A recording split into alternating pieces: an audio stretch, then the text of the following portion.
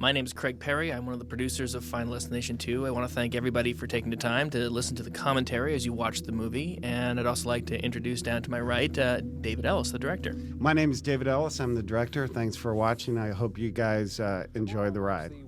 This is Eric Bress, one of the co-writers of the movie, sitting over here. And this is Jonathan Gruber. I am one of the co-writers. And yes, thanks for watching the movie. This is Craig Perry. It was kind of nice to be able to even make a second movie. The first movie came about, Jeffrey Reddick had an original sort of idea that was an X-Files, and we sort of worked with him on a treatment to turn it into a feature, and then Morgan and Wong, who wrote and directed the original film, came on board, reworked the idea, and came up with the very notion that death was an unseen force. And I think that's the thing that sort of broke open the sort of imagination vault for the entire franchise, because you could just do multiple different combinations of that kind of a, I guess you could call it a character, or at least that kind of a phenomenon interacting with people. This is Jonathan Gruber.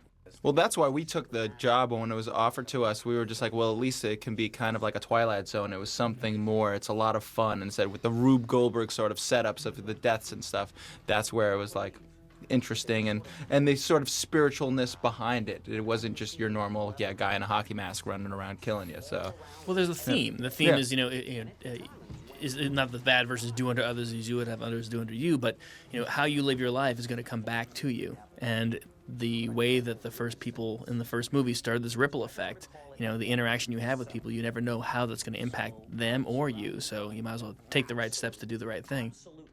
This is David Ellis. What I thought that was so cool is, unlike the hockey mask, I mean, once you see the guy, then it's just a chase until the guy gets, the girl and stabs her. But what's cool is the death could manifest itself in anything. You're always looking for it, but hopefully, you never knew where it's coming from. This is Eric Bress. I think we were really successful in that people know that we're trying to fool them. So they're intelligent, they want to think ahead of you and sort of outwit the filmmakers. But I think in every single case, we managed to keep them fooled every step of the way, which I thought was a real victory. And just I just love this whole franchise because it is different. It isn't the hockey mask. It isn't the hockey mask. Really, a completely twist for a horror movie. It's a proactive horror movie. You're not just sitting back waiting for the slasher to get the girl. You're sitting and trying to figure out how is death with its multiple ways is he going to get it, figure it out. The other thing that was challenging, I think, for this movie, and I'm sure the writers will attest to it, is the boatload of exposition about the rules that we had to get out. And this scene particularly is designed to establish some context for what the hell's going on. There was a lot of time spent making sure that the rules were solid and connected to the first movie, and everything was seamless and logical. And audiences seemed to beg to differ on that one. And they didn't care one way or the other. They don't really care. They just want us to kill somebody. Exactly. But I will say this, that we did actually work rather hard to try and make it sort of dovetail back to the first one and provide at least an acknowledgement of the rules established. And there is an order to things. It does actually make sense. But there was a lot of sequences that were actually boiled out of the movie where we did a lot of explaining. And the audience was just like, you know what? We get it. People are going to die. It's going to be cool. Let's go. We're clarifying the first movie and then adding on top of that. So you've got rules on top of rules, and everyone's like, let's just see people die. Like these people. It's funny, you spend a lot of time writing certain things, and you're like, wow, this is so clever, so clever, so clever. And then you get into an audience, and you see the more clever you are, the more they're just like, I'm hearing words. Let's kill people. What's going on? I think we were just going like pretty much like, how could we take the first movie and then elevate it to the next level? And so we just sat around in Eric's apartment trying to think of great ways of people to die and try to outdo each other. You walk around the city literally just staring at all the things that can go wrong. Whatever, that's cool. We come back to this location a bunch of times, and what I love about it is you'll see the mist coming out of the exhaust there. It was so friggin' cold. It was snowing. Yeah, for one time we had to stop shooting for an hour because it was just almost a blizzard. Oh, that's when it snowed. Yeah, we went yeah. up the... So, going to spring break when it's snowing is really not a good thing. Okay, now check out the small stunt driver in the first car. Very small, can barely see over the wheel. Yep, there you go. There he goes. That's a Canadian stunt guy. He is great. He is great. Oh, easy, Kimmy. That's his real weed. This was shot in Vancouver, right? Yeah. This is actually Vancouver Island. We actually were fortunate enough to get about 4.5 miles of uninterrupted highway that they shut down for us. So every car you see on the road there is a car that technically we own and we were controlling across the board. Whatever.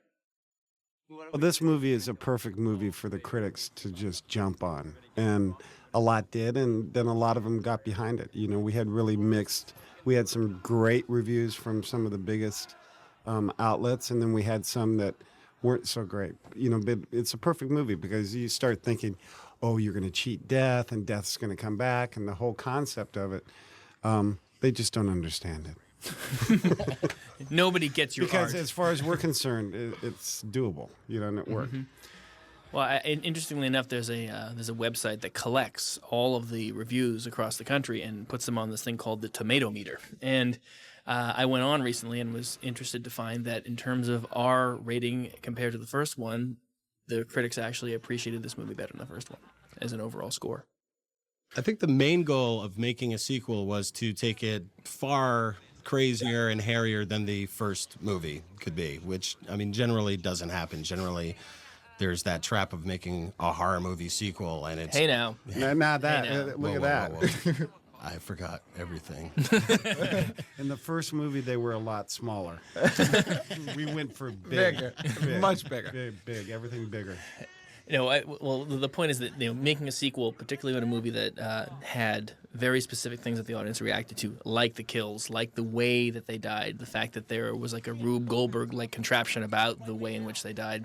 We knew we had to have as many of those as we could, and of course the bus hit from the first one is a rather famous moment.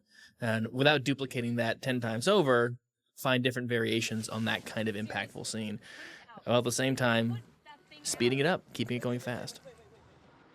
And with a 30-car pileup, seriously, the carnage is immeasurable. It just is perfect for opening up a sequel. Just to give props to David, I think as writers, we set up certain things here, like the joint going on the windshield wiper and things like that. But when it came to this huge, immense crash that's coming up, we had one sentence: the carnage is immeasurable, which doesn't really give much detail. So it was really all David who came up with the incredible crash that really is cinematic.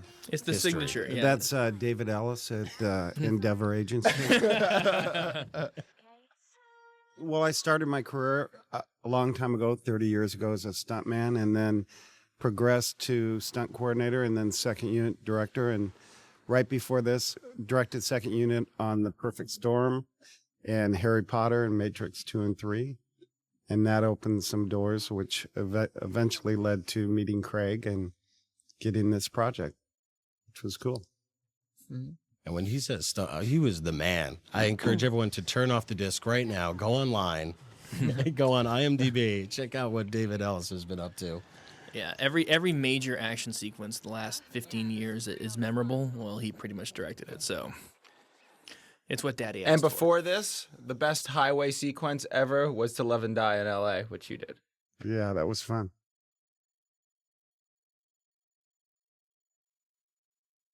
We had about 200 picture cars that were just constantly going around and around and around. And then we had the camera and the other cars with the actors in it on a tow rig. So we could just sit there and do all the coverage leading up to the actual crash itself. People talking, getting sort of up to speed with who these people are so that when the crash comes, there's a little empathy for them. The actor that was now shouting profanities out the window, we were shooting cement dust out to sort of duplicate the exhaust, and it was actually getting all over his face. So we kind of had him keep doing it, and after a while we realized we couldn't use any subsequent takes because he was looking like Al Jolson in The Jazz Singer. Okay, he was complete blackface, and he didn't realize this, so he said, "Oh, just let's do a few more takes." So the last couple takes, I mean, he's completely dark and doesn't know it, and he's like, his tongue, his teeth are gray. It was really, really funny. That was real cocaine. Yeah. So Jonathan Cherry could just really get into this part and be paranoid. His eyes are actually much smaller than that. Yeah.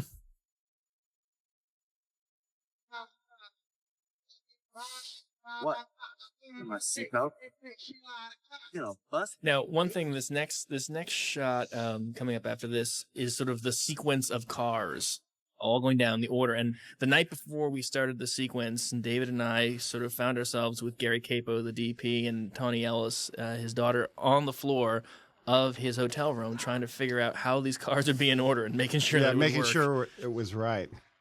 That was pretty. Now, My dad has many questions about this. So, David, how did you do this? I don't know. That guy, he was great. That Great stunt stunt guy, really, he was great. We knew kind of the order that the people had to die, so it was just trying to be creative and having 2 lanes of highway that you could really use or going across to the other lanes and trying to make each kind of event a little bit different, but still incorporate the logs as kind of, the roadblock. First, you play with your little cars and work out the choreography, and then you do storyboards based on what the action's going to be and how you want to cover it. And then you work with the special effects guys and the stunt guys to prep the cars and for safety for the crew and for the stunt people. And then you just go out and execute it. So you had little Matchbox cars. Oh, yeah. Yeah, we had our little cars. it's very high tech. It's really high tech. Yeah. But they actually. But it works, Oh, God, because you can kind of go, okay, this guy's going over here and he's going to flip like this. And now look at this stunt girl's hair in this next shot. It's really Yeah, nice. it's one of my favorite shots. Yeah, people Right. really, they get, right? There- there. there- yeah. see, That's when they- she was great. She was really tough. We couldn't let her wear a helmet because we would have seen it. Mm-hmm. Now, all this fire in the foreground wasn't there. That was digitally added later. Really? Yep. The explosions, David, I think obviously they were practical stuff. Yeah, they were practical and then augmented with visual effects. Like this wall of flame was augmented. We had a huge wall of flame, but big winds during the shooting of that sequence, which flattened the wall of Wind. flames. Yep. That the entire thing on the right there with the car transport, that's all digitally added later too. He did some great work, like that shot. We had a really talented stunt coordinator named Freddie Heiss, and also a very good second unit director named David Barrett. That's David right there at the window. He's also an actress. The one thing I have to say, though, is Joe Bauer, who was the effects supervisor, was incredibly creative and came up with dozens of small touches throughout the sequence that, to me, really added to the reality, like putting the face of the cop inside the car just before the log smashes through, and a whole host of other little details. Being kind of old school, I like to do things practically if we can, because I just think that they look so much better. But with the logs, certainly they just did not work. When they fell off the truck, they just went blah, So we took or didn't fall off the truck. Didn't fall off the truck 10 times. But so we took a little creative license with how they would interact with the road and did that with CG logs. The rest of it, besides some wire removal or some green screen composite shots, is pretty straightforward. It's not the kind of picture like The Matrix or something where you're totally pushing the envelope with what the new visual technology is. But at the same token, I think what you're doing is using it appropriately as a tool. Right. So that you're not creating entire landscapes in CG, but what you're doing are adding enhancements here and there that take what is real that we captured and sell it just a little bit more so that the interaction between the real and the CG is so much more seamless because you don't have to buy there's like a CG alien running around or a CG car. You have to be careful with visual effects with what you can do and what you should do, because you can do almost anything. But to keep it real and to make it look real in this world, because this is supposedly a real world, unless you get into a Matrix world where you can just go crazy, then you have to, it's a fine line. Michael Landis is the guy that we're looking at, and we were very lucky to get him. We didn't have that role cast. We were supposed to start shooting on a Monday, and on Thursday the week before, we didn't have anybody cast in the role. So just by luck, he became available. The executive from the studio was at the agency, saw him. We had him go audition. We actually emailed, as an attachment, his audition up to Canada. And we said, great, bring him on up. And he literally arrived on set having not even read the script. He said, okay, where are my sides? What am I doing? What's going on? So we got very lucky by having Michael sort of become available at the last minute. Possibilities. Come on! Oh, fuck this. I'm gonna get this and we're gonna go.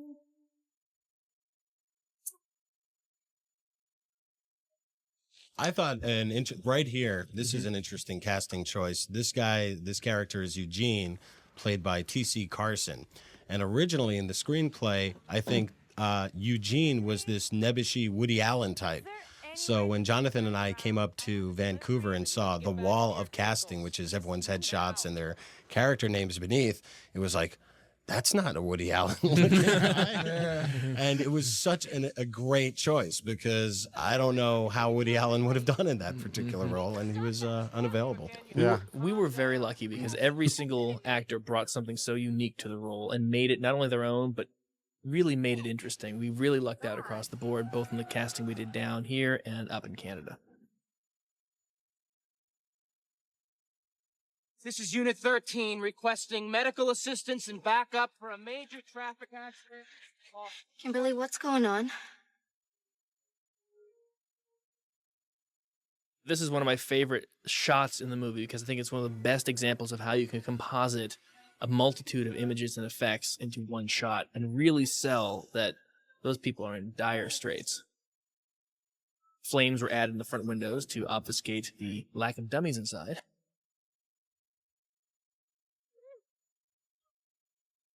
And actually, this was a lot of fun. We wanted to set up, people seeing this movie thinking, oh, it's going to be, again, a group of teenagers, and then they survive. And then when you see them die right here, you're like, oh, boy, all bets are off. Mm-hmm. Like when Janet Leigh gets it in Psycho in the first 20 minutes, and you're like, oh, God, this movie can do anything, apparently. Right. And I also like the fact that it helped distinguish us from the herd of other dead teenager movies that had come out and were going to come out. Suddenly we had a lot of people with a lot of different backgrounds having to work together, and that to me makes the movie much more interesting.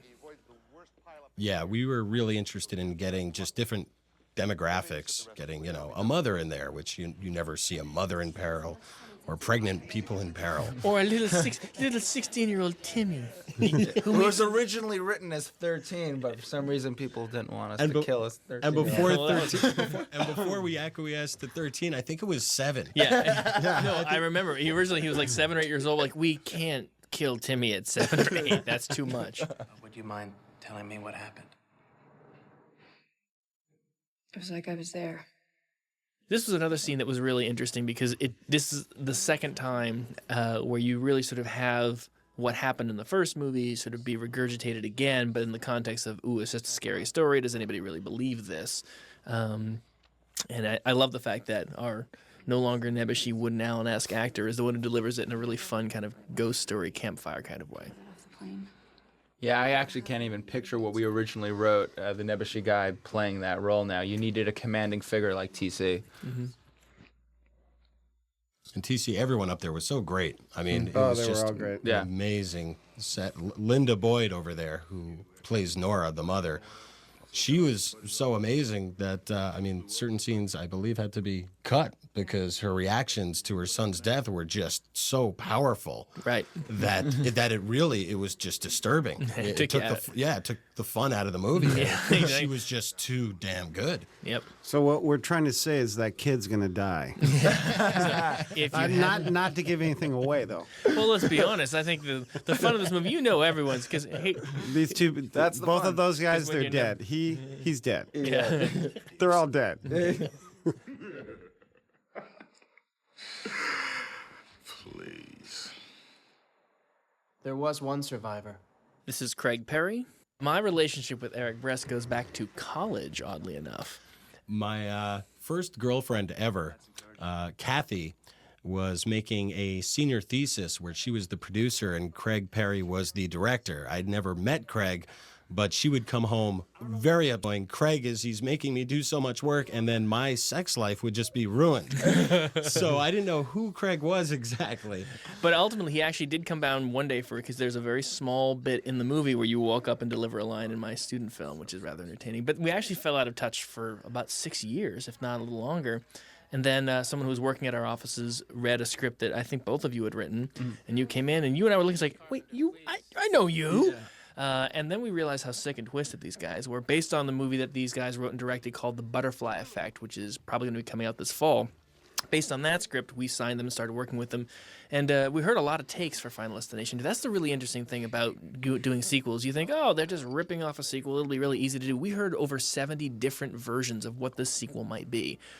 Some of which were the stupidest things you've ever heard in your life. You know, it's like, well, Alex Browning is now into extreme sports because he's cheating death. And I just want to kill myself. It was the dumbest fucking thing ever. But then these guys came in with an energy that was fun, some of the sort of a black comic humor and a sense of irony, which really, I think, elevated the material. And their notion, coupled with an idea that Jeffrey Reddick had, who had come up with the original idea, we synthesized them and were able to finally, after about a year of looking, come up with something that we thought was worthy of going forward with. And hopefully you'll agree.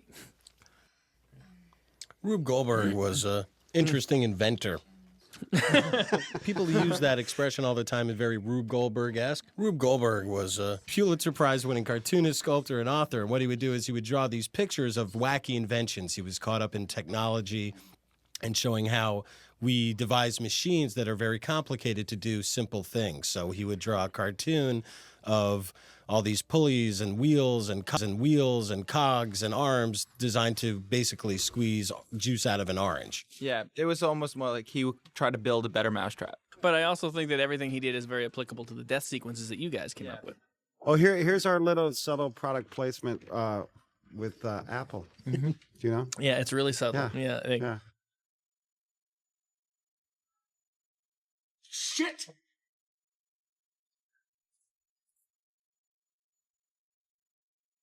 I think when you see this coming sequence here, you'll very quickly understand why I wanted to hire David Ellis as the director, because so much of the job of Second Unit is to orchestrate intelligently a whole different bunch of elements in a scene so that they work together to create interesting and unique angles to capture the action and to come up with action that is fresh and unique. So I realized that anybody who could do the stuff that he'd done in Perfect Storm and Clear and Present Danger and like the Quidditch match and Harry Potter, et cetera, would be perfectly aligned to do this movie, which is all about the set pieces. So we knew we had that part of it totally taken care of with David's resume and his experience. But what we got out of that was a guy who so was able to deal with the actors in a very simple and honest way that it really worked out fantastically. You have something to say, don't you? Yeah, I got something to say. On there, you will see on the refrigerator, it says, "Hey, E," because this character's name's Evan. And then when you'll see the H pop off, it'll say I. Wait for it. You'll wait for it. Here it comes. It's Hold. coming. It's coming. Oh! And then you'll see I, and that's Now, how don't we'll get it. Don't forget that. Don't forget that. Don't forget that Don't you forget saw that. I. Clever.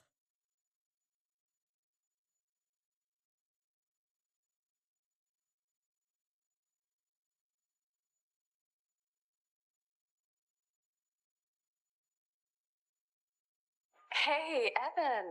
It's Tawny. Sorry I haven't called. Hey, listen, I heard about your lottery win. Let's hook up. Call me. The nipple ring. Don't Yes. forget that. Yeah. That'll We had- come back. well, we had- And see the Firebird thing on the back? Remember he was in a Firebird and on fire? Get it? Yeah. Hamana. Oh no. Oh, God. Oh, I hate this. This is great. This is when people just freak out. Well, first time I saw it, you didn't have that shot in there. The Right. addition to the inside, and just the addition to that shot scared the shit out of people. Well, It's this is- great when he turns it on here in a second. But that's actually a really interesting point. Is there was a whole sequence where he was trying to get his hand out and he was trying to get the sort of Palmolive soap that was over by the light switch, and he accidentally hits the light switch, and his hand comes out just in time before the thing goes off. And we realized, you know what? We were getting such enough of a reaction by the possibility of it going off. We didn't need to play any other cards, and it was a very good editing choice that I think really helped sustain the scene. And this is really the only scene in the movie where we can have a character wondering what the hell is going on, because after this, all the characters are aware that death is after them. So it's more of a siege mentality as opposed to what's that over my shoulder. This is one of those brilliant moments where everyone in the audience is screaming, "Don't do that, don't do that, don't do that."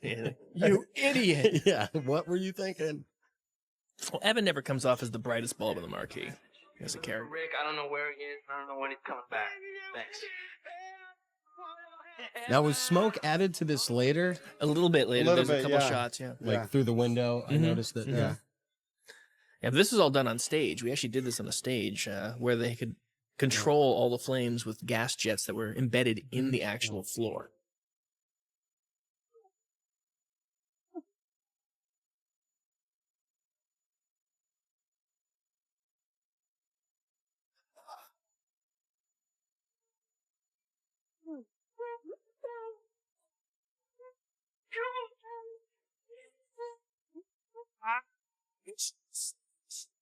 See the Firebird? See the Firebird in that shot? And establishing the You are nipple so ring. proud of that fire right now. Notice he's got his Bill Wall necklace on there. The There hook. you go. The hook.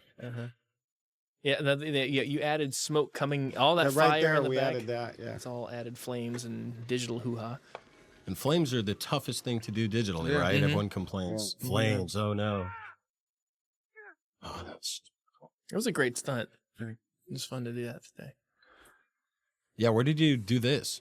Where did you... We did the explosion exterior in Vancouver. I forget what street it was on. Mm-hmm. They just loaded the cannons in the windows up there and had breakaway glass. What's coming up is a brilliant David moment here. See, the spaghetti shouldn't have done that, thrown that out. Oh, and there's that. Look away, and all the girls are finally so looking back. I get it. Yeah. Okay. Good. Mm-hmm. But it was great that it stopped because everyone who turned their heads away and were like, oh, okay, it was another false alarm. And just with David's timing, boom, everyone saw it. You could not look away. Yes. So here's where we pay kind of homage to Alex Browning. Yeah. Quickly. Originally, there were a number of ways that he died. Here, he died by a brick to the head. Once it was flesh-eating bacteria. A spider bite was another Yes, spider famous bite. one. Yeah. Did we also have the blade of a ceiling fan at one time? I think that was how someone was going to die in the apartment. Yeah, I think Yeah, though yeah, yeah. originally we gave it to him and then we transferred it Yeah, to the other person. exactly. And went around and we tried to find a home for it. Yeah. See, that was one of the fun things about this movie is you sit around and think of what are the most bizarre ways people can die. It's sort of like taking the Darwin Awards and actually putting them into practice. So There he is. he's dead now. There were drafts that were generated that did have Alex Browning come back, but what we really came to agree upon is that with both Ali Larter and Devon Sawa coming back, dramatically their characters are at the same place as the end of the first movie, so it was sort of dramatically inert. So we made a decision, well, hell, let's just kill off one of them and see what that would do to the other character.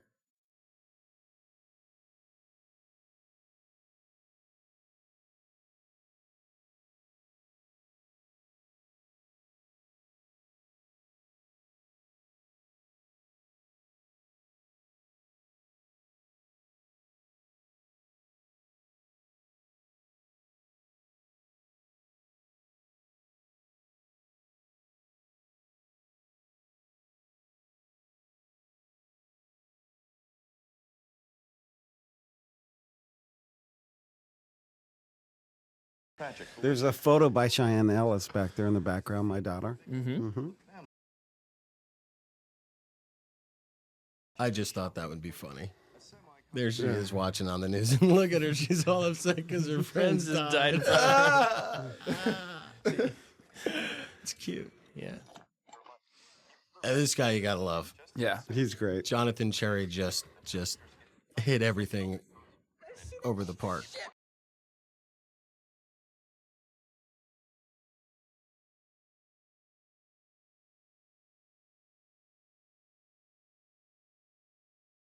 See, this is interesting too. It's like dramatically we are now establishing the next plateau. Everyone now starts to believe. Make it out of the building, but somehow the There's the ambulance. And that's the exact same model Same and number. one. Same exact number. Oh yeah, Lots of thought went into this. you stuff. and Michael Bolton just sat down and the production designer and came up with all kinds of chunky goodness. Chunky goodness. Here's little Timmy. Yeah. He's not really 7. Mom still though tucks him in.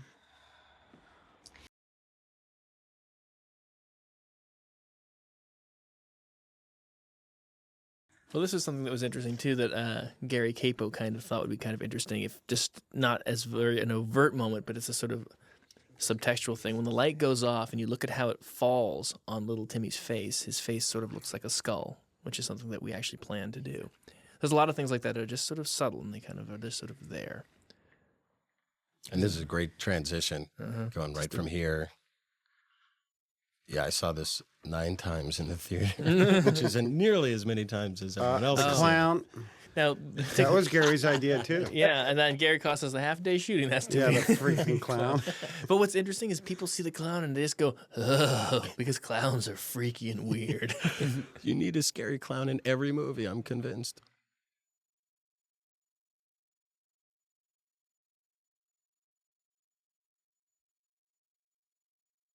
The little hands. There were a bunch of different permutations of that idea. You know? Yeah, it was originally going to be like a big skull, and then there was going to be explosions or Yeah. something. Then we had Yeah. airplanes and Yeah. we had blood. Oh God, there was just too much. And then we realized, well, we got sticks. It's gonna look weird if it transmogrifies Yeah, than anything else. No, I think at least it looks logical. Yeah, yeah. Look at a Mac computer. Yeah, look at that. Look at that. Brightly lit.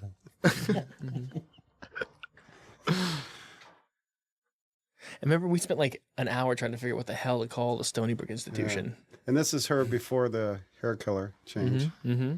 That was the only strange thing where she's afraid of death. She won't let paper clips or anything get next to her, but she'll dye her hair blonde. Hey, how do you know she wasn't blonde initially and then she dyed it brown? Right. Yeah. Right. Ah, see, put that cup down.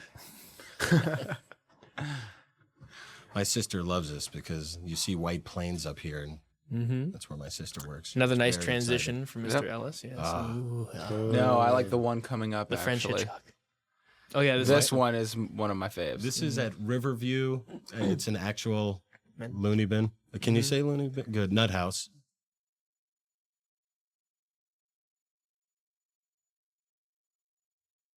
Was that like a cuckoo's nest? It was a homage to Cuckoo's Nest, to Chief, Yeah. whatever Yeah, his Big name Chief. is, Yeah. Dan George something. I think I got that the 5th viewing. Yeah. I'm like, oh, big Chief. Shoelaces, paper clips, watches, money clip, pocket knives. My DP was Gary Capel, who is very, very talented, and he's a DP, second unit director as well. And we've worked together on 9 projects, and this was Gary's first unit project. And he's amazing. We have a real shorthand. He's got a great visual sense, great sense of humor, really fun to work with, and did an amazing job.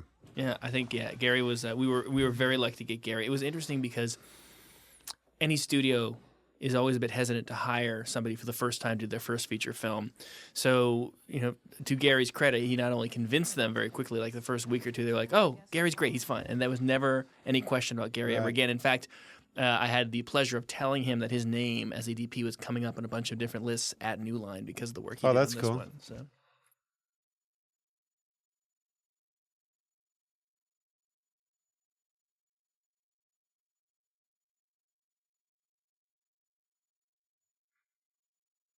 There's a great deal of debate about how big the sort of collage on her wall should be. Certain members thought her entire room should be filled from top to toe with bits and pieces cut out, but we No, felt I think something- you did the right amount. Yeah. 'cause I do have to say that I turned that over to Craig Perry, my producer, and he did a great job. Oh yes, that's right. I went with He did. Bolton Oh, and I had enough of it. yeah, right. There was all this dialogue about it, and I said, Craig, here you go. There you go. Create it. And it was great. Yep. Colorful and pretty. God, here's yet another scene where we sort of encapsulate the rules, the billions of rules. Maybe if you're real lucky, you'll wind up in here with me. It was tough shooting in this stage, too, in this environment, because it was all white and everyone had to take their shoes off. So we all had little booties and socks so that we wouldn't mar up the floor and the walls as we shot around the actors. In case anyone's wondering, Funtac is what's holding those things in that room, just in case you were wondering if she had, push pins, which would be dangerous. No, it's Funtac. Funtac. Very important.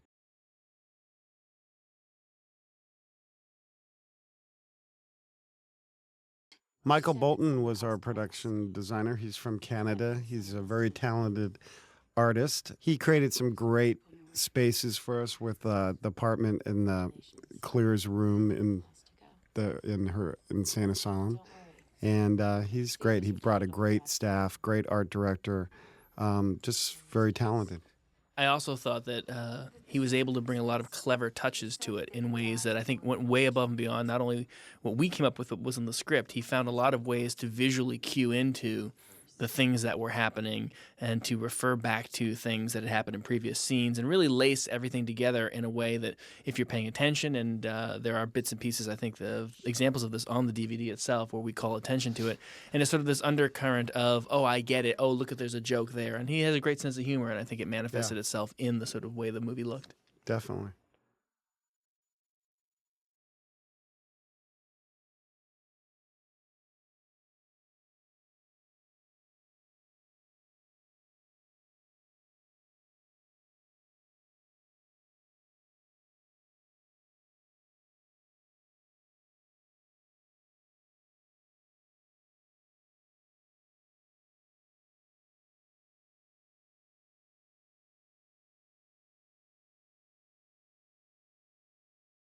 AJ Cook, right there, our star. She's beautiful.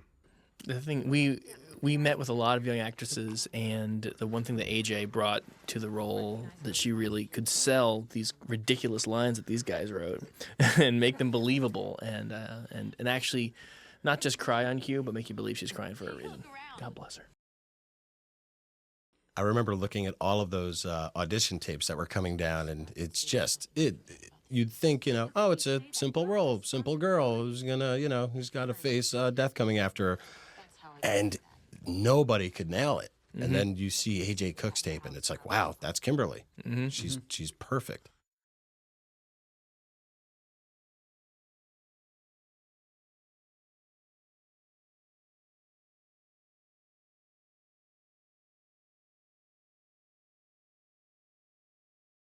This is kind of the girl versus girl scene. Originally, there's a huge cat fight thing. But Highway. There's a highway. Now watch this. The finger. Got to keep that in. That was cool. Mm-hmm. Got some nice big laugh. We did one take with no finger. But the finger won. What's interesting, that finger was shot long earlier, and then was it was a playback. That was a tape being played back on the monitor, so we had to match it perfectly when she exited the door for real, and the playback had her walk into frame. Here's Michael Landis. He was trying to rob her house, but she came home. Now, everybody thought it would be fun for me to drive that car. I'm like 6'3", and they thought it would be very entertaining for me to drive like a circus clown in the car. So I tried calling you last night, but your father said he was... They're surprisingly spacious. Lewis is dead.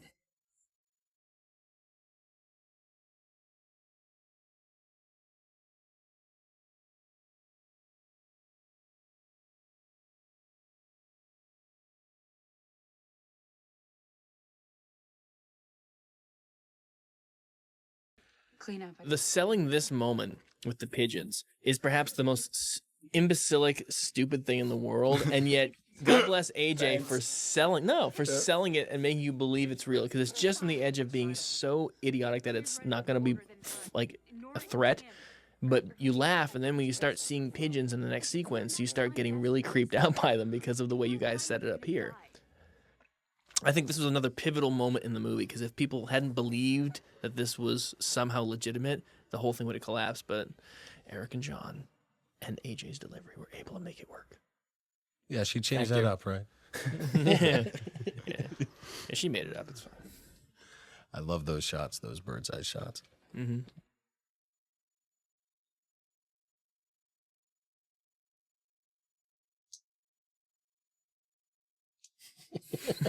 Insert. Yep. Those are Stunt feet. Stunt feet, yep. Yeah. Mm-hmm. Same guy that was in the car. This fish was incredibly trained. Watch what it does. Okay, and they say lay down. Oh. That is so good.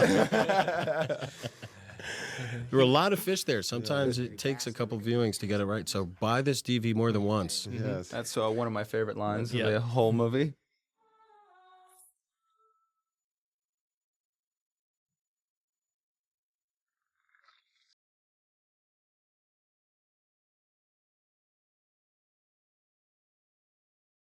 I think in the first draft, it was way over the top, where you'd hear patients screaming as he walked down the hall and blood-curdling cries of like a mental institution. And Craig had the smarts to go, no, let's just make it like a dentist's office. Wait. The fish of insanity. Wait. Oh my God. Yeah. That's not good. And how many times did we go over about, does the filter leak? How does it leak? Does it? Who cares? Yeah. What's that glass? Yeah, doing? everyone screams when I mean. I don't know. Yeah. Okay, now this whole sequence, that's another thing. When we sat down, sort of came up with the movie itself. That had to hurt. Right there. That stunt vision, yeah, exactly.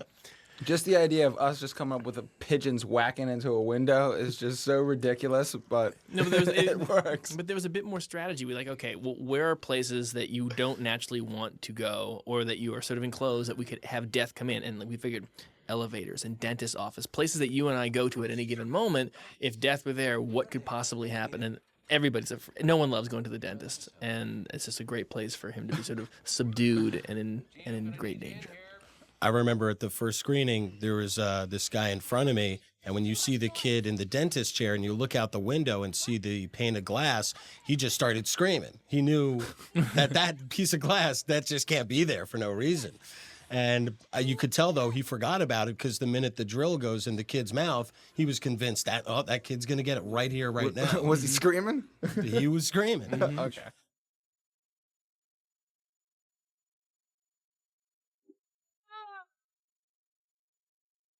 This is actually something that you added that I love is where in the next room in a second we'll be seeing when the pigeons get through. Mm-hmm. David, when they're trying to grab it, Right. that's funny. Mm-hmm. Now notice the smoke there. That's a little CG smoke coming out of its mouth. And the That tear. tear. Was that a real tear? That was Visine. Yes, Visine. But- Oh, I love that tear. Oh, poor Timmy. And it just goes on.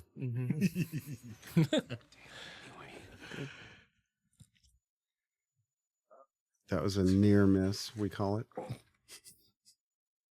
I love the added feathers. Yeah, it's just great. I love that. And Nora, she's so helpful. Yeah, she is. Just nurturing mother. She's an animal lover. Uh-oh, it's just nitrous. That's no good. Speak for yourself. Love this. Oh, this is great. This is great. This moment I've seen in every audience when Yeah. they watch this with little Timmy's open maw. All of a sudden, blink. They go, "Whoa!" Oh my god, this is so gnarly. And you know what? I think that's the only take where we really nailed it. All the other ones, like, it bounced off his nose or hit his chin. And... 825 takes. Yes, exactly.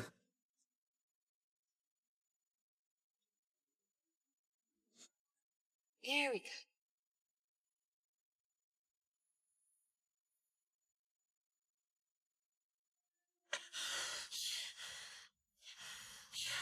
That's a great look right Yeah, there. right. Yeah. Now, that Ellis Medical Complex right there. Yeah, subtle. Yes. Like a rubber mallet and a mouse. I'm not doing this for the money. I have buildings everywhere. A lot of CG pigeons here. I was wondering about that. No wrangling? Oh, this is what's happening. Love this. Oh, no. Now, 7. we had to do that twice. We actually had to do that twice. The first time, there wasn't enough blood or meat, and the little dowels that were in his legs didn't break, so his body collapsed, and his little legs were still sticking up amongst all the glass. It was all done practically. It was all done for real. We just, again, we did it once. We looked at it and went, this didn't really deliver what we wanted. So the next time they did it, they actually put explosive charges, tons of blood and meat and intestines and stuff. So when it hit and they timed the charge, he split in half and like squirted everything out of his innards. So it's a full-size cast dummy of the actor, and then it's just standing there, and then we just drop the glass on. It was a real 600-pound pane of glass. So when it hits, it really hits. But it was also designed that once it hit his head and was continuing down, there were charges to break the glass, so it would shatter appropriately and to sort of sell the idea that it hit the So you used that was the second one you used. And we only had 2, so believe me, if it didn't work the second time, we were screwed. I remember the excitement of Craig. I've never seen him so excited after the kid gets splattered by the glass. That tape was on a loop on set. I showed everybody. The second time, that was cool. It was the greatest thing ever. I don't think you have it in you to quit either. You notice that visor, that was a really high-tech effect that we had that took about 2 hours to film. But it paid off. I mean, people jump. It was huge. Kid. I hope you're ready for this.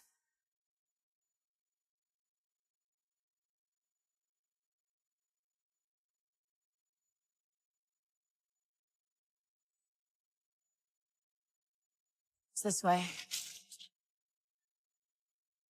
Who's this guy gonna help us anyway? He seemed to know a hell of a lot more about death than he ever told us.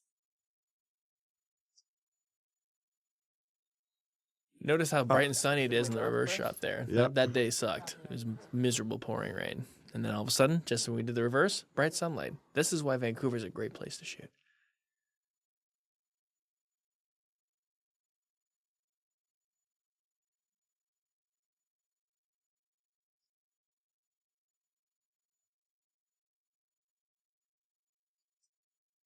That was actually the shadow is Luther, who is a very tall, bald prop master. And at the time, we realized we wanted to get this shot to sell it, and we needed someone who would look like Tony Todd. So I said, "Hey, could you put the wardrobe on, just walk in the shadow?" He's like, "Yeah, okay, fine."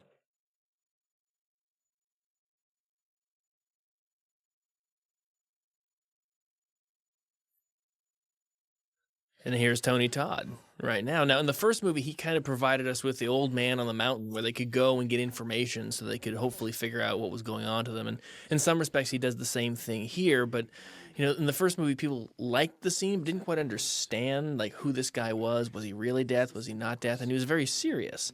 So in order to sort of give the character a little bit more to play with and to give Tony a little bit more to do, we decided to give him a self-awareness that some of the stuff he's saying is sort of dark and funny and give him a sense of humor, which I think manifests itself several times in the version we cut together here. So he is somebody they go to for information, but now he's like, the way that he speaks is so cryptic that they call attention to the fact that the way he speaks is, oh, yes. There's the nipple. We had an insert shot of this, but it didn't make it. And actually, on the first few previews, it wasn't in there, and then it was returned, and I was glad that it was in addition. Yeah, we did yes. that was nice. Yeah. She's frowning because she knows that hurts. Now, what's amazing? No, but what's amazing is you saw how Tony Todd shoved that dummy in there. That dummy it required two people to carry that thing, and Tony is so big and so strong. He just shoved it with one hand right into the fire. He's actually 6'5". Yeah, 6'5"? Yeah, he's huge. Wow. Yeah. And his hands are enormous. I mean, he's got these like really amazingly articulate hands. We also were very lucky to get Tony Todd to do this series because he is famous for being Candyman in the franchise that Clive Barker created. And he's also done a lot of Star Trek, various episodic series work for them. And I think he was also in... Platoon. Yeah, Platoon. That's right. He was in Platoon. This is Eric Bress. My mother took me to see Jaws at 8, which was not good for me. and then, yeah, just growing up, I mean, VCRs kind of came out in 1982, and by that time there was a post-Halloween Friday the 13th peak of slasher, prowler, stabbing The Burning. movies. Yeah. Yeah, just anything that was Pieces. violent. Yeah, I think like every kid, I was like have my friends over on the weekends, and we'd go and rent a bunch of videos and sit there and watch it, and just the nastier the better. And I, on the other hand, didn't watch any of those movies. I was really into Baywatch. That's it. All right, wait a second. New life defeats death. Follow the signs. I mean, where did you find that guy? I know. I mean, I thought he was supposed to help us, not freak us out. We'd hired David because of his experience and his expertise in executing these sequences, but we really didn't ask the question, "Hey, dude, do you like horror movies?" And then we found out he had never really watched any of them. No. So we gave him a list of things to watch and things to sort of be mindful of, and clearly he got into the spirit of it. well, it's because this movie is like a hybrid. It's kind of like a traditional horror movie. It's like a horror action comedy or stuff. It's just I would say huge influences like Alien and Evil Dead, where the first movie is just downright creepy and scary, and it's all about tension. And the sequel takes it to a new level. Aliens is an action movie that's scary as hell. And Evil Dead 2 injected the humor into it, where the first one just took itself way seriously. And Evil Dead 2 has always been at the top of my list of like awesome, hilarious movies By that are far. still scary, you know, and that you can mix comedy, black comedy, and horror, and it can be amazing. I can practically taste the water in my mouth. I just wanted to come kind of fresh approach to it instead of trying to do what everybody else has done with the genre, and just tried to take the amazing script and, bring it to the screen. Eric Sears is an amazing editor. He did a really, really good job. Which is amazing since he's blind. It's one of the most impressive it's feats. insane. Yeah. That Braille keyboard was cool, though. Yeah, it was.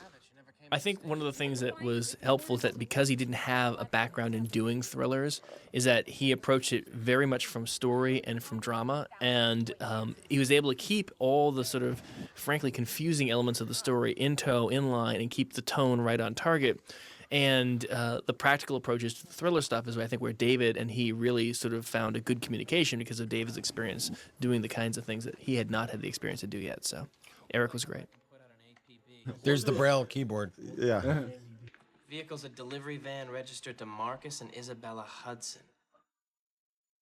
That's a great shot. Awesome. Yeah, she's going to hate you forever. She did. She actually said something to me about it, too. Me too. After the premiere, she came up. She goes, "What the hell was that?" It's like, that's too so funny. It's funny. Okay, this is also a really funny piece here. Yeah. And this was something that everyone was sure was not going to be in the movie. Mm-hmm.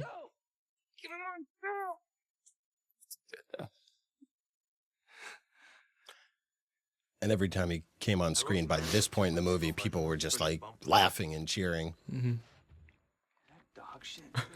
That was real dog shit. The animal trainer brought in a dog for the day. Mm-hmm. Oh, you got something on it.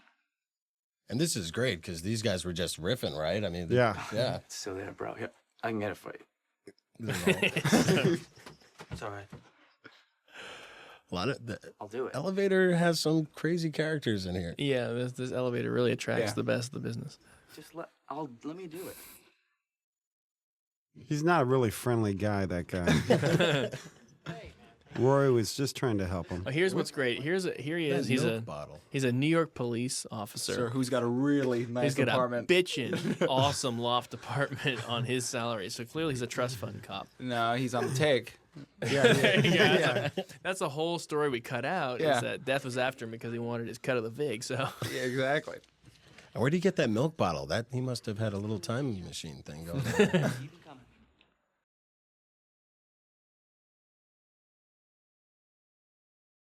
This is Linda Boyd, the mom. She was so good. Yeah. So good. We were so lucky to get Linda Boyd. She's actually one of the premier female actors in Vancouver and actually in a lot of ways in all of Canada. She's won a number of awards for her theater work, a lot of awards for her television work, and has been nominated for some awards for her feature work thus far. And this is sort of one of her bigger U.S. film roles, and I'm hoping that she continues to do well. Kat is also Right there she is. that's Keegan Connor Tracy, who's sort of another up-and-coming Canadian actress who's done a lot of good work on television and is starting to get a lot of roles down here in the domestic U.S.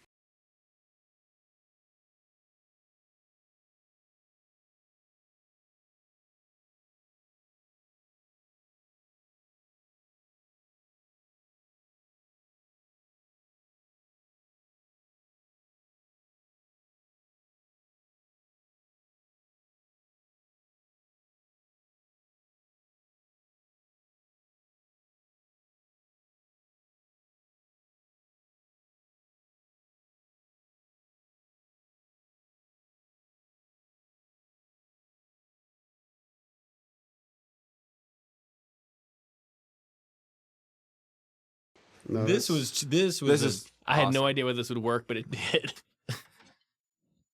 Uh-oh. And you were so clever in getting the close-up of that 8-ball keychain earlier in the film. 13 ball. Mm-hmm. Oh, is it 13? See that? Not just an 8.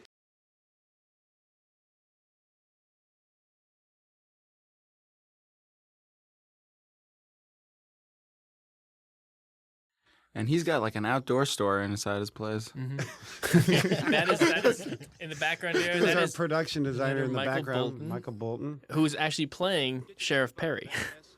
which is named after Craig Perry. Oh, The really? producer, yeah. Wow, it's Yeah, also- what about that outdoor store though? He's got He's got I everything think his in there. dad owns what Sports Smart or something Yeah, like it's that. Big Five Big right at Five, his yeah. house. Yeah.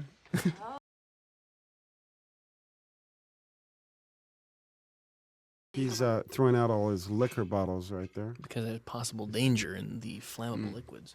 There was a really long sequence, I imagine, of like of everyone going through this montage of safe-proofing the apartment, and I think there's a scene very much like it in the first movie. So there was no crying when it hit the cutting room floor, and we just kept the story And moving. it also it's such a long time to be in this apartment. Yeah, that was Took one of, the forever. one of the big boondoggles of this developing this movie is once they're here, we got to justify getting them out of here. I mean, originally, yeah, it's like 10 minutes in an apartment, and you're wondering if, Who's gonna die next? We want someone to die now. It's time. So how long has it been? Exactly. You know? What are they doing? Talking? I almost think that horror movies are just like right now. People still love to be scared, just smarter. Something smarter. I think there is a little bit of a backlash because we had so many teenager sort of slasher movies come back that I think right now anything that's just a little smarter. Or a little different. I mean, Yeah. I think that Final Destination 2 was different because Yeah. it treated itself as a fun ride and it wasn't as serious and it wasn't as pretentious as some of these other movies. But in the same breath, you have a movie like The Ring, which didn't sell the gore and it sold totally the atmosphere. Yeah. It sold holding the shots and making the things, things creepy as to what might enter the frame. It's just a wholly different dynamic. And I think that there's a whole school of films that use that that are equally as viable. And then there's the whole stuff that we do with Final Destination, this series, which is equally as viable. But the slasher stuff really does. You have to reinvent it and do something different with it, or it is just a guy in a slicker and a rain mask and At the camp. At the camp, with the chainsaw. which can be fun, Coming up soon. but it's not a game. That's right. Yeah. Now, Oh, no.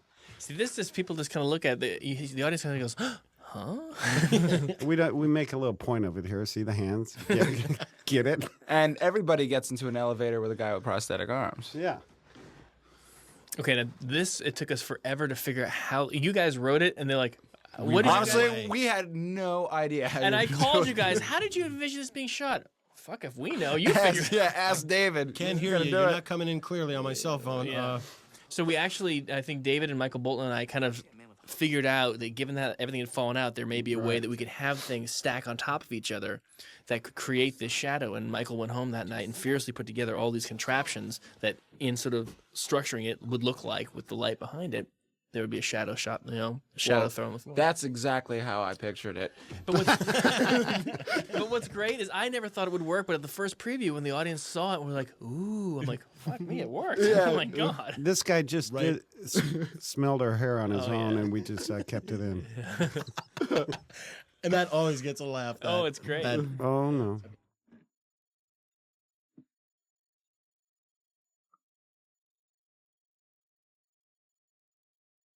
Hello? Nora, Who is this? can you hear me? Officer Burke, I can't hear you. What? What is it? What?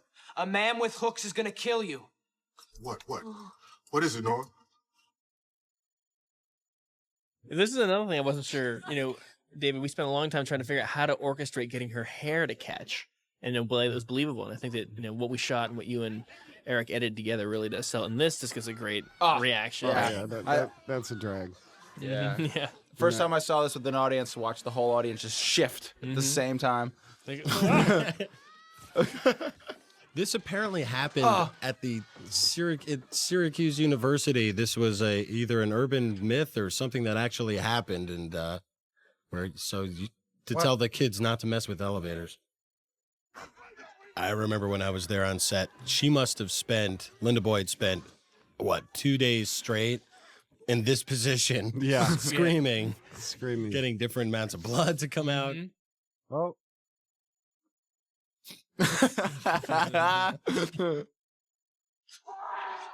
And this is where Linda's a good sport. That's really Linda. That's really great.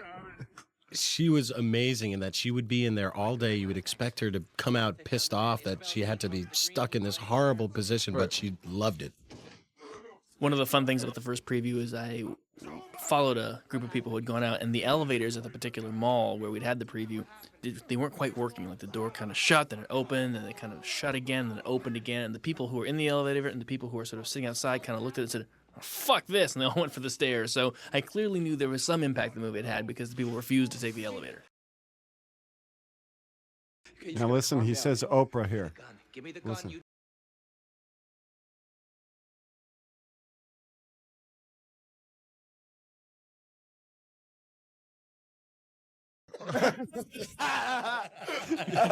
Yeah. You hear me, Oprah? So, who truly does That is is the awesome. real puppet master. That's I will never see this movie the same way ever again. Well, there was one element that there just wasn't time for, but when the guy tries to shoot himself and it's all duds in the gun, just that led to the concept of being invincible and that death was actually on your side. If you dove out a window of a skyrise, somehow, some way, there would be a truck below with mattresses because on it. death has to maintain its order. Right. Yeah, exactly, yeah. So if you're not next on death's list, you're fine. And that was something that really just didn't have time to make it into this movie. But, for 3, I think, there could be a lot to play As around well with. as because as soon as, like, later on in the movie, when they're going to the hospital, there was this whole huge action sequence where they're missing cars and other stuff because they are not next on the list. But it just seemed like this is car chase the movie, car wreck the movie, whatever, so. It's like, let's get to the end. Yeah. Another great transition there. Yeah, exactly. Look at me. This I love. Notice he's pointing the gun right at her. The dumbest deputy ever. Subtle. His name is Officer Steve Adams, who I'm just throwing props out to my homeboy growing up. Steve Adams. Really? Yeah. Oh, cool.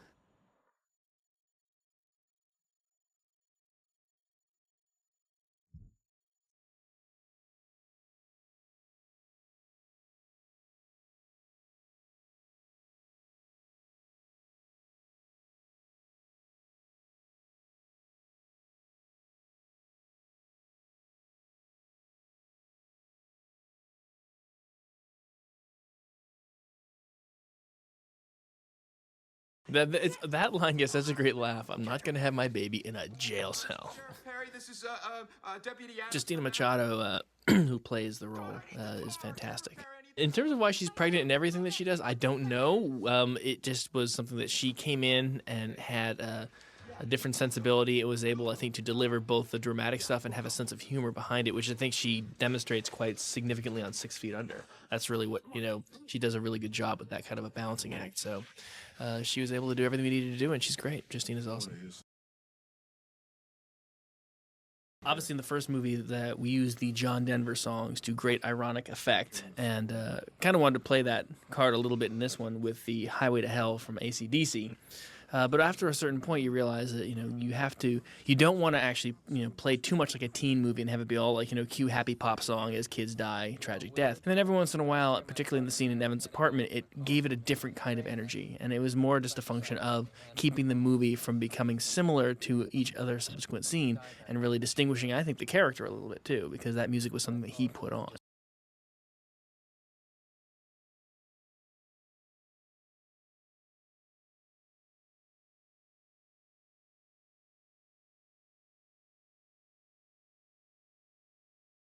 This was another sort of scene that was cause for great consternation because we have a long scene in the apartment and then we have a long scene in the car with people talking. And there was a lot of debate about, do we cut it, do we leave it, do we cut it, do we leave it?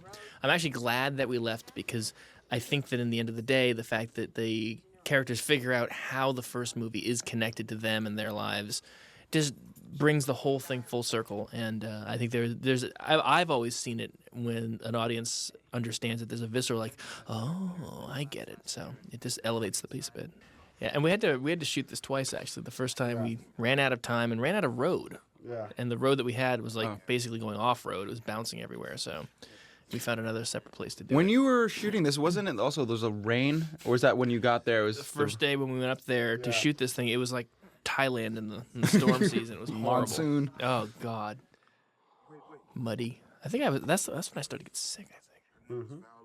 This is the only explanation that people can't quite figure out. The teacher moving and got stabbed and Right. something like that. I can't figure it out either, but it I, works. I love that. I love that line. The night I scraped up Billy Hitchcock. Yeah, exactly. The sensitive cop That's right really- there. Our sensitive Big Five cop. Yeah.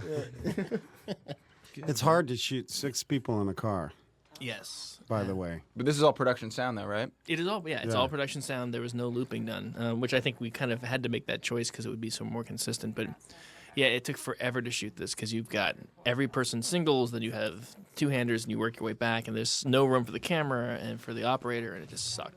Didn't you like have this crazy camera contraption where it's on this huge arm that can push in through the windshield and back or something like that? No. The super techno crane? No. No.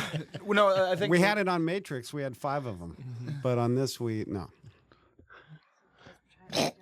No. And this one we had Gary. We had Gary with an arm. Mm-hmm. 2 arms and a And- camera. Wait, was he in the car, or was it Yeah, was he a was hold? in I the was car. saying because you're just getting definitely more coverage than going Yeah, back and forth. handheld. Yeah, looks great. I guess everyone must think that. I got to say, as Jonathan and I were writing part 2, basically the mantra that would get us through it is, those poor motherfuckers who got to write part 3 because we've used up every possible household appliance on the block. And that was the trick, is not saying this is what could happen if you were on Mars, but this is what happens in your day-to-day life. What happens in your kitchen, your bathroom, you going to the dentist, an elevator, an escalator, just things that are so commonplace that the hope was that anyone leaving the theater would be scared of their own homes and just the household devices that they can't escape from. And by the time we finished the script, we were like, oh my God, there's nothing left. We can't think of anything. We're totally screwed if anyone wants a new death. We're done. But in the past year, I don't know, we've come up smoked with probably about another 10 or 11 really good ways to kill people. So. Yeah, at least. There's a whole other backstory behind this tire breaking. That's tire bursting here. They picked up this thing because a squirrel was running into the street. Yeah, the squirrel with an acorn that fell off, and then it was a tractor trailer, one of those auto transporters, and then about 10 cars go down the hill after them. Yeah, this whole sequence we're about to get into was the biggest sort of boondoggle of the entire production. It took us days. We had tons of work to do. It rained almost constantly. So every individual shot you see may have been shot 5 weeks apart. Bits and pieces. We had to do pickups all over, and the end. That was shot toward the end of the show. The pole coming through, though, was CGI. Correct. Yeah. Really? Yeah. Yes. Uh-oh. There are a couple moments where the audience is so freaked out. I remember these collective silences, like during that sort of bird's eye crane up from the top of the car. Everyone's just stunned silent. This was a hard thing, too. It's like, well, we just had this terrible crash, and yet we still need them to move on to the hospital. Yes. Right. Reporting a vehicle collision off 9A at the 180-mile marker. Send all emergency vehicles to the scene. This is another transition that David did that I kind of like. Yeah. Yeah, great. Yeah. Amazing. Hitchcock. So say it the French. What I love is that he's also seemingly has a farm with Tim McGraw, which is really exciting, you know. Okay, this is really funny. This is cute. Yeah, this kid was great.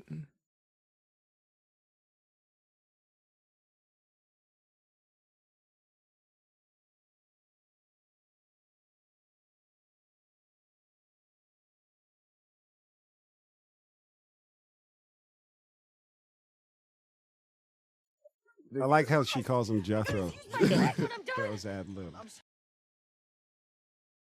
I think that was didn't No, Craig. no, Craig came up with that. Yeah. The thing I like about New Line is that the whole studio was sort of founded on an understanding of how genre movies work, going back to when Bob Shaye was taking prints of Reefer Madness. Thank you, taking prints of Reefer Madness around and started the company financially that way.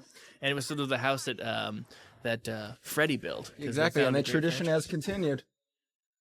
The one thing I will say is that Bob has a great nose for franchisable ideas, and this was one of the things that he personally supervised and pushed through the system. And it's a great place to work. Yeah, and it's like a family. Richard Brenner, Brenner, and Toby Emmerich, amazing. And Matty Moore, all good guys. And really, the studio's been incredibly supportive. Daniel Belcastro and Eric Holmberg. The entire team at New Line was so great, and they made it such a good experience, and they were so collaborative, and not overbearing as a studio, and really listened to the filmmaker and really supported the filmmaker. And I would do every film there if I could. So it was great. And again, they do understand horror movies and all genres and how to position them and how to make the most of what the idea is. When I die, we did cut this scene out, but luckily we put it back in. Yeah, this conversation formerly took place in the apartment, which again was getting But too the long. audience loves that scene. I know. I It's wish response. we'd had the time to get the coverage that we Yeah. needed to do it to really sort of tighten it up. Well, It still because works. we thought we'd never put it in, so we didn't even cover it. Just to appease Jonathan, who was like probably No, it bummed wasn't that- even that. It was like, it's a scene that kept getting pushed off as we were running out of time because it's the one truly expendable scene in terms of the story, but it adds so much to his character that we've, let's give it a shot and at least get it for him. And we had the time and we did it. I don't make that a decision alone. I make that decision with Craig. Craig and I collaborated every day on this project. And then some of that is driven by how we do with the test audience, and some of that is driven by studio concerns. We get notes from them. And then you try to just fight your fights for the one to keep the things that you really want and pick those fights so that you're not fighting all the time. And then also listen to other people's ideas because, I'm not brilliant and I got a lot of great ideas from everybody else. So it's really collaborating with the creative team that you have and deciding what works. And then you listen to your audience as well, and what works for them or doesn't work for them. And one thing about this whole sequence here is we had locked the picture on a Thursday. And then David and Eric Sears and Richard Brenner and myself, we kind of went to the editing suites on a Saturday and quietly broke the reel open again and completely re-edited the sequence without telling anybody to sort of redo this beat here with the airbag. And I think that it became a lot better once we sort of really focused on why it wasn't working and took advantage of the things that were working. But Absolutely.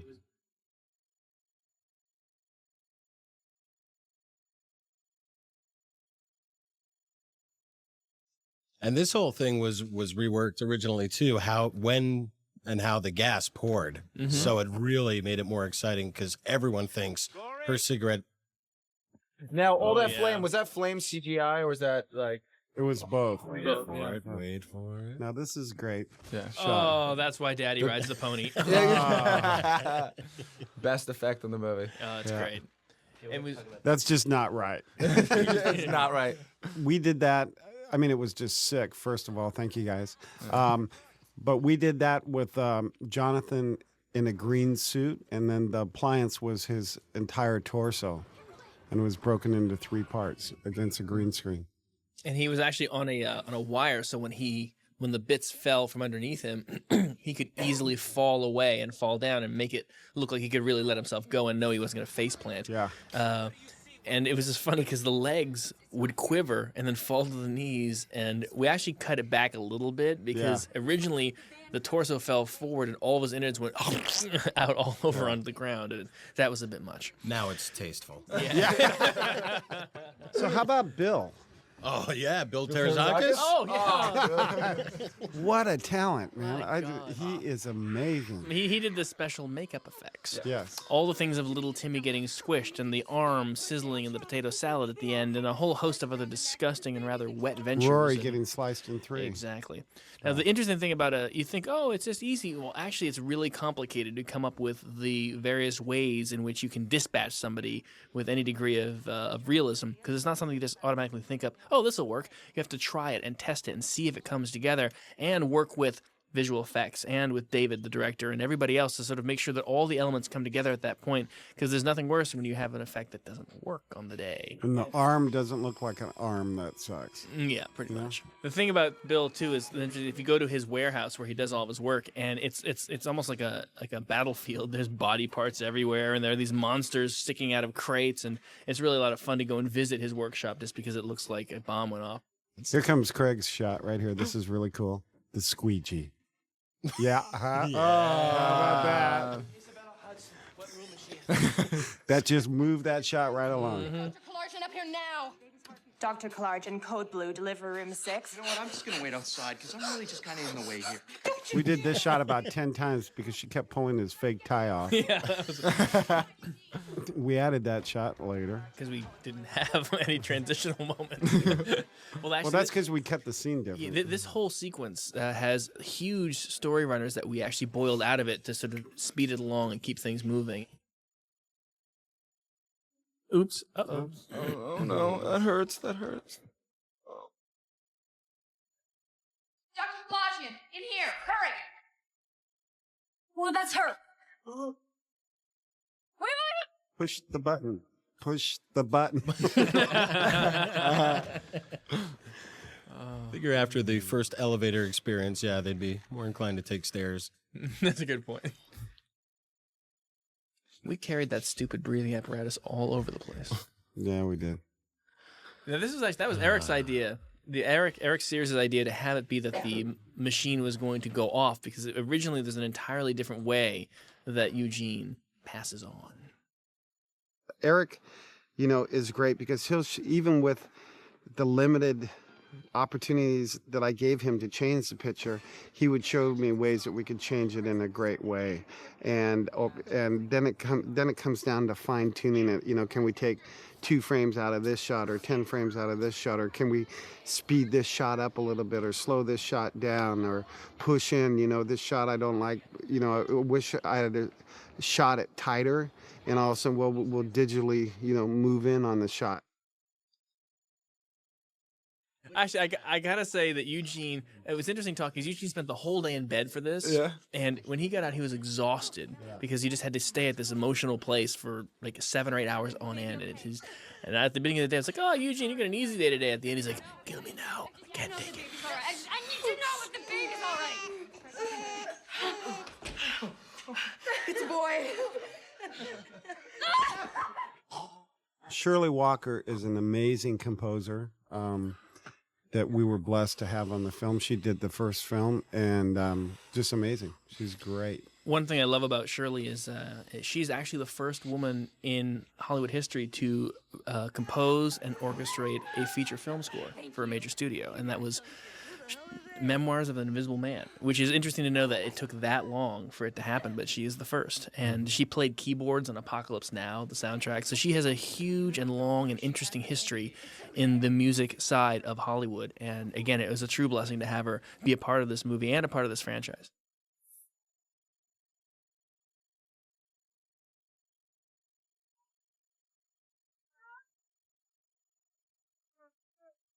Kimberly. What did you see?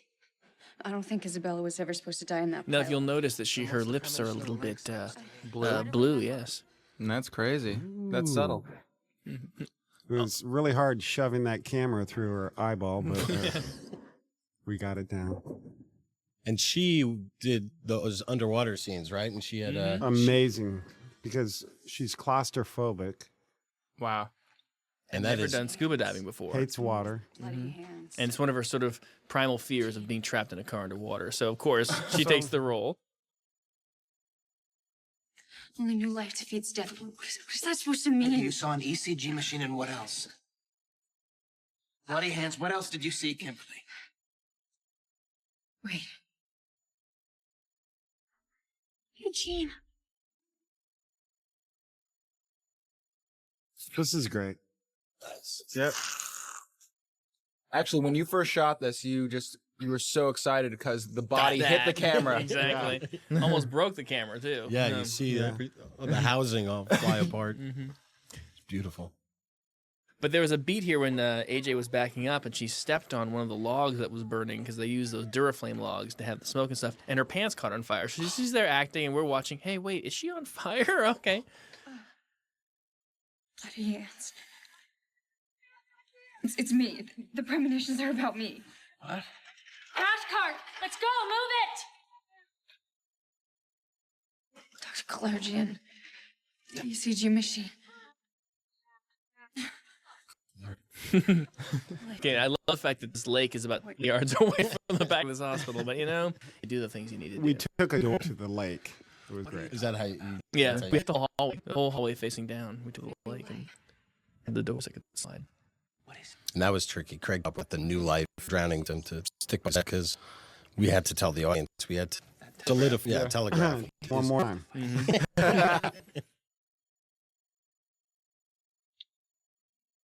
Get Kalarjian.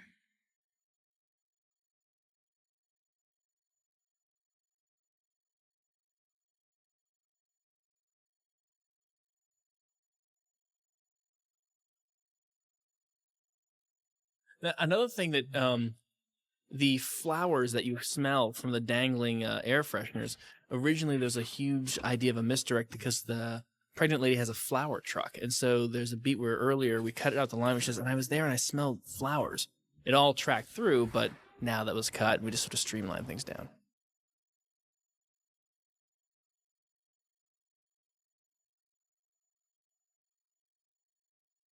You must have loved this though. The running dive. Mm-hmm. Yeah. What an action. Yeah. Action hero. The water Michael was like Landis. minus 30 or something. Oh. It was so cold. Oh. And that was him? He did it? Or was it a stunt diver? Right. He did all his own stunts. Yeah. And actually, Kimberly, AJ drove the van right into the water. She's great. Ooh, that looks cold. What's amazing is how fast pissed. how fast the car actually went under. It took like 22 seconds for the entire thing to hit the Really? water and go down. It went down so fast. Wow. The little whale-like spout here. Did you have any underwater cinematographers in there with it while it was going down? Yeah, and you'll see there's one shot that was in there. That was done in the pool. Mhm. That was done in the pool. But as soon The as- POV coming yeah, up. the POV was actually shot in the lake itself. That means point of view. Yes, that was actually in the lake as the thing was actually going down.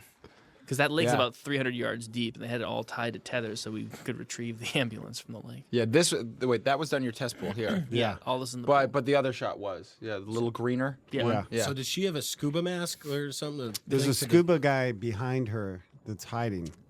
That when she needs air, she just puts her hand back and he gives her the regulator. And yet another thing to add on top of it, with her contact lenses out, she can't see a thing. She can't see a thing. So, she So was, I'm on a speaker that's talking to her underwater. I'm really warm up top and telling her which way to look and what to do.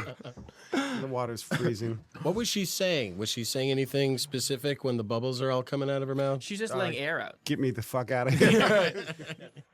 Only new life. Oh, here comes a different shot of the that. I love that. Just a different angle, right? Isn't it? On the kid getting squashed. I know what I have to do to save us. There are no known survivors. I have to die. Now, in the first preview, they actually left. We stayed on black a little too long, and They people started applauding. Like, no, the movie's not over yet. We still got some time. I'm like, well, if they're applauding for that, we're in great shape. It all starts to make sense Kalarjian Ah. EKG machine. It's- Get it? She's back! Epinephrine, 2 milligrams, IV flush. I want her prepped and stabilized for ICU.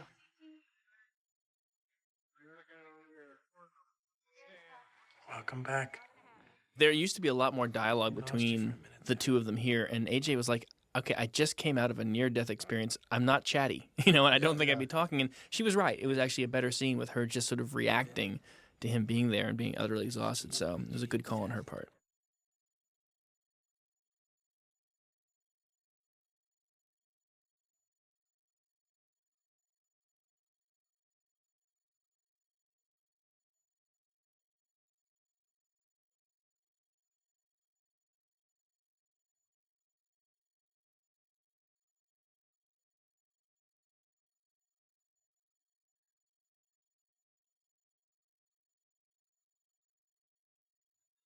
How many different versions of this scene did we do? Oh, This is yeah. the best Different- finale ever.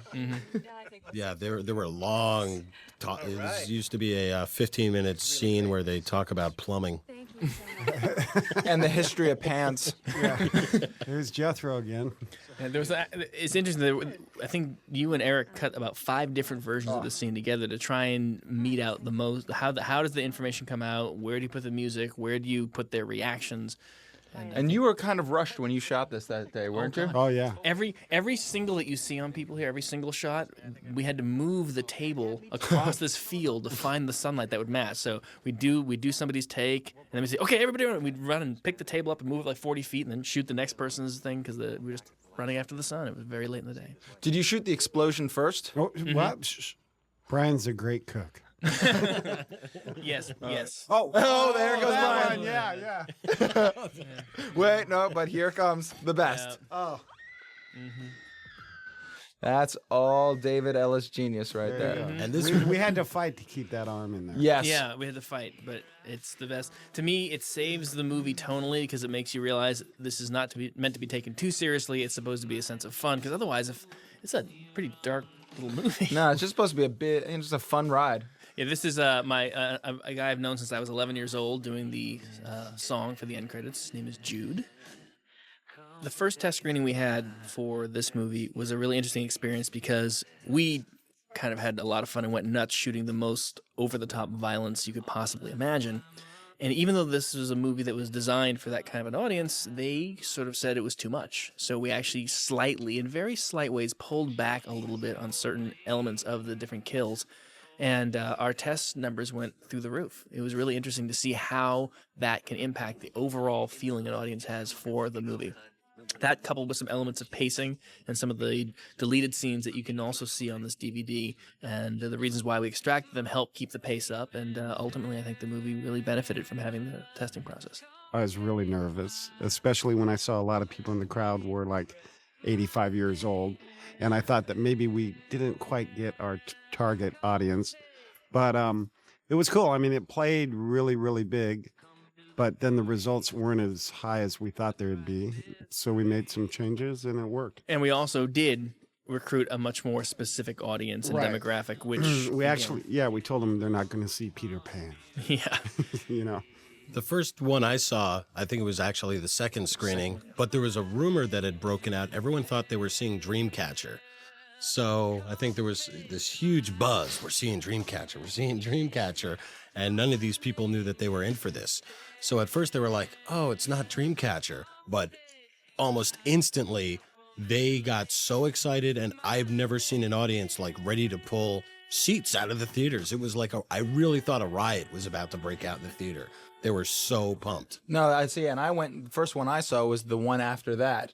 And that was probably the best movie-going experience I've ever had. We're just hearing people just scream their heads off, and I was just laughing to myself the whole time. So it was great. the issue with violence in the movie actually was something that we never even considered. We knew going into it that we were making an R-rated movie. It was never a question of ever even beginning to become a PG-13 movie. So we said, hell, let's go for it. Let's make it a throwback to the movies that we all grew up with that are so unbelievably violent that they're almost on the edge of being over the top, and that you laugh, you react, and you have a great time with it.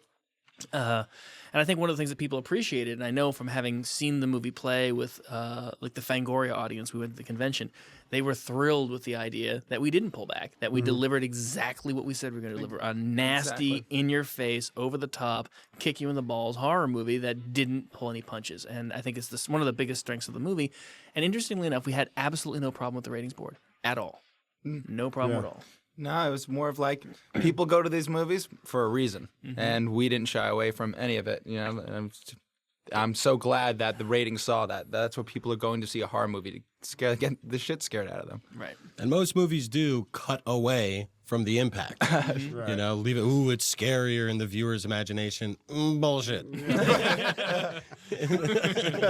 It was awesome to watch all of this stuff and how David got the most gory elements and just defy the mind. It's funny because I wasn't really into horror films, but then I realized just really how sick I was after I started to get into it. Because then I started saying, let's keep going, let's go over the top. Yeah, that's we can always pull it back when we edit it. When my first friends saw the movie, they were just like, "You guys just show everything. Why don't you just show something?" It's like you never cut away. Yeah. And that was, I think that's what separates it from a lot of other movies. If you go online to any of the Yahoo threads or any of the other internet chat rooms, that is one of the main things that they say is that, say what you want about the movie, has a weird integrity. It has a very consistent integrity about what it's going to do, and it brazenly wears that bloody heart on its sleeve. So there you go. This is David Ellis. Thanks so much for watching. This is Eric Bress taking you into the midnight hour. Stay tuned. Kelly Moon's coming up. This is Jonathan Gruber signing out. Craig Perry, thank you very much for taking the time to watch it with us. I hope you at least had some laughs because I know that we did. And hopefully, if everything goes well, you'll be seeing Final Destination 3 coming soon to a theater near you.